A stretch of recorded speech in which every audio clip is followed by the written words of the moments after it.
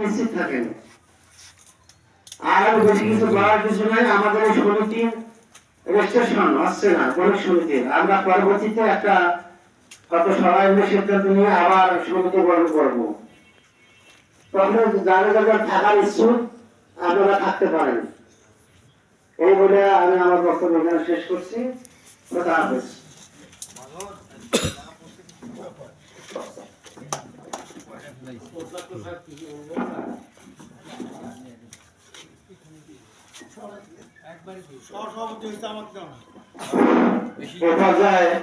বক্তব্য রাখবেন নাগাদ গণিত সমিতির সম্মানিত সভাপতি জনাব শ্রী উত্তম কুমার সাহা।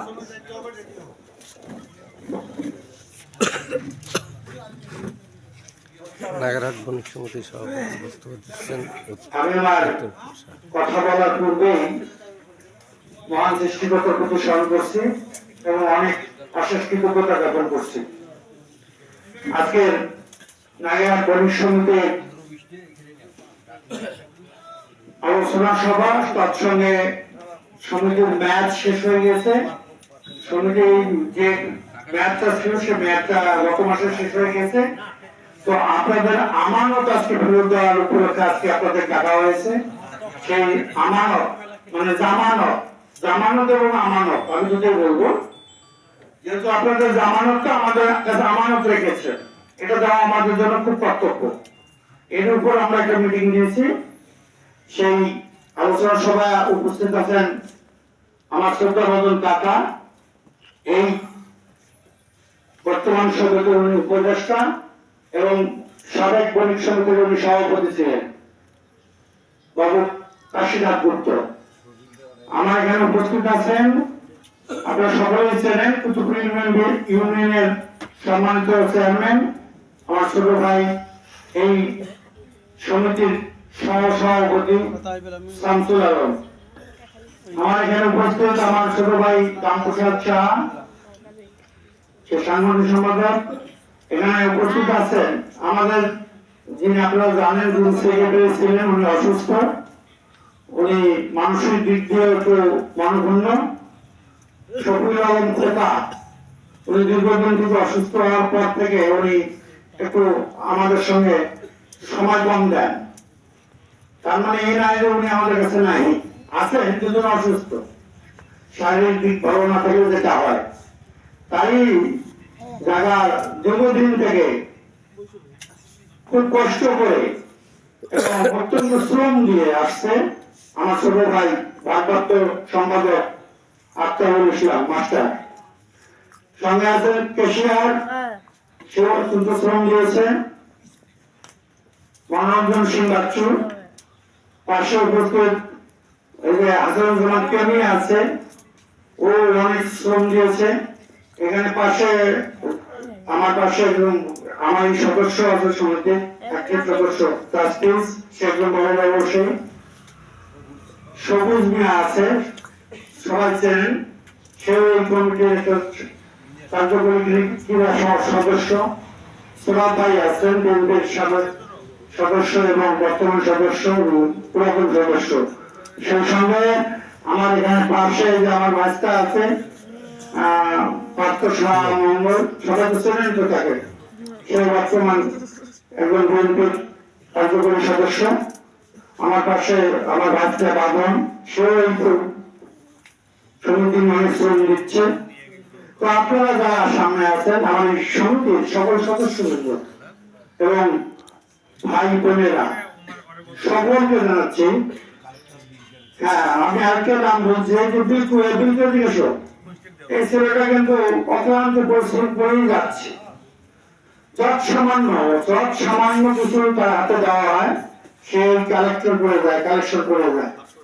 তো যাই হোক, আমি আমার পক্ষ থেকে যারা কমিটির সকল আছে, আমার সকল সামনে যারা আছে, সকলকে জানাচ্ছি আন্তরিক অভিনন্দন, শুভেচ্ছা, শ্রেণীভেদ আদাব, নমস্কার।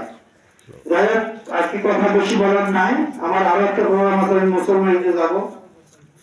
তো কথা একটাই, যে কথাটা আগেও বললাম, আপনারা অত্যন্ত বিশ্বাস করে আমাদের কাছে জামানত গুলো দিয়ে যান, অন্ধবিশ্বাসে। এই জামানত তো অল্প অল্প করে দিয়ে কিছুটা বিষয় হয়েছে, ব্যাংকে রেখে কিছু লাভ দিয়েছে। আমরা হিসাব করে দেখেছি যে হিসাবে আপনারা টাকা পাবেন, সেই হিসাব মতো আমরা টাকা আজকে আমাদের পরিশোধ করে দিয়ে দেবো আর কি। তো বাদ বাকি যে ভাই বলছেন চেয়ারম্যান সাহেব, আমরা চেষ্টা করব সমিতিটা কন্টিনিউ করার জন্য।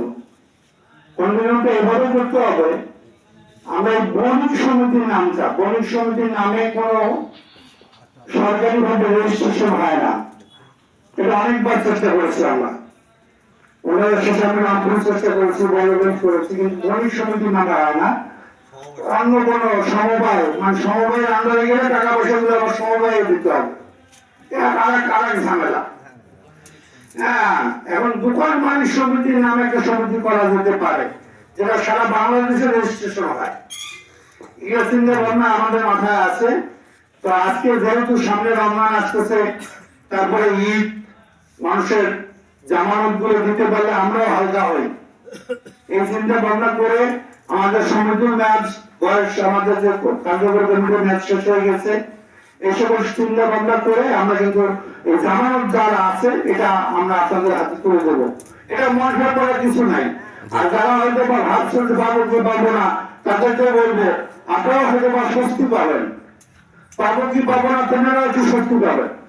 কারণ এটা টাকা পয়সার ব্যাপার, টাকা পয়সা দিয়ে মানুষের মন অল্পতে নষ্ট হয়ে যায়, আর অল্পতে ভালো করা যায়। যে কোনো সমস্যার সমাধান খুব তাড়াতাড়ি করতে গেলে আপনার কিন্তু টাকার দরকার, সেটা স্থায়ী নয়, ক্ষণস্থায়ী। আর টাকা পয়সা বাদে যদি আপনি স্থায়ী সমস্যার সমাধান করতে চান, তাহলে আপনার ভালোবাসাটি করতে হবে, আমার আপনার মধ্যে আপনার মনের মিল রাখতে হবে, তবে আপনার স্থায়ী সমস্যার সমাধান হবে। আর টাকা, এই টাকা এই আপনি খুব তাড়াতাড়ি সমস্যার সমাধান করবেন, কিন্তু স্থায়ী হবে না। তা আমি বলতে চাচ্ছি যারা অস্থায়ী ভাবে চিন্তা ভাবনা করতেছে যে পাবো কি পাবো না, তাদের স্বস্তির জন্য আমি অনুরোধ করবো, আপনারা আপনাদের যেটুকু জমা আছে, যেটুকু বৃদ্ধি করেছে, আমরা ভাগাভাগি করে যেটা হিসাব করেছি, আমরা সেটুকু পেয়ে যাবেন। আমি আর কথা না বলিয়ে এই আজকের মিটিং শেষ হওয়ার পর আমরা আগামীতে হয়তো একটা সময় করে, সামনে রোজা আছে, রোজার পর হয়তো চিন্তা ভাবনা করবো আমরা একটা মিটিং করার জন্য। মিটিং করে আপনাদের মতামত নিয়ে, আপনাদের মতামত সাপেক্ষে আমরা সিদ্ধান্ত নেব। এই কথা বলে আপনাদের সকল সুখ কামনা করে, সুস্বাস্থ্য কামনা করে আমি আমার কথা শেষ করছি। সবাই ভালো থাকুন, ধন্যবাদ।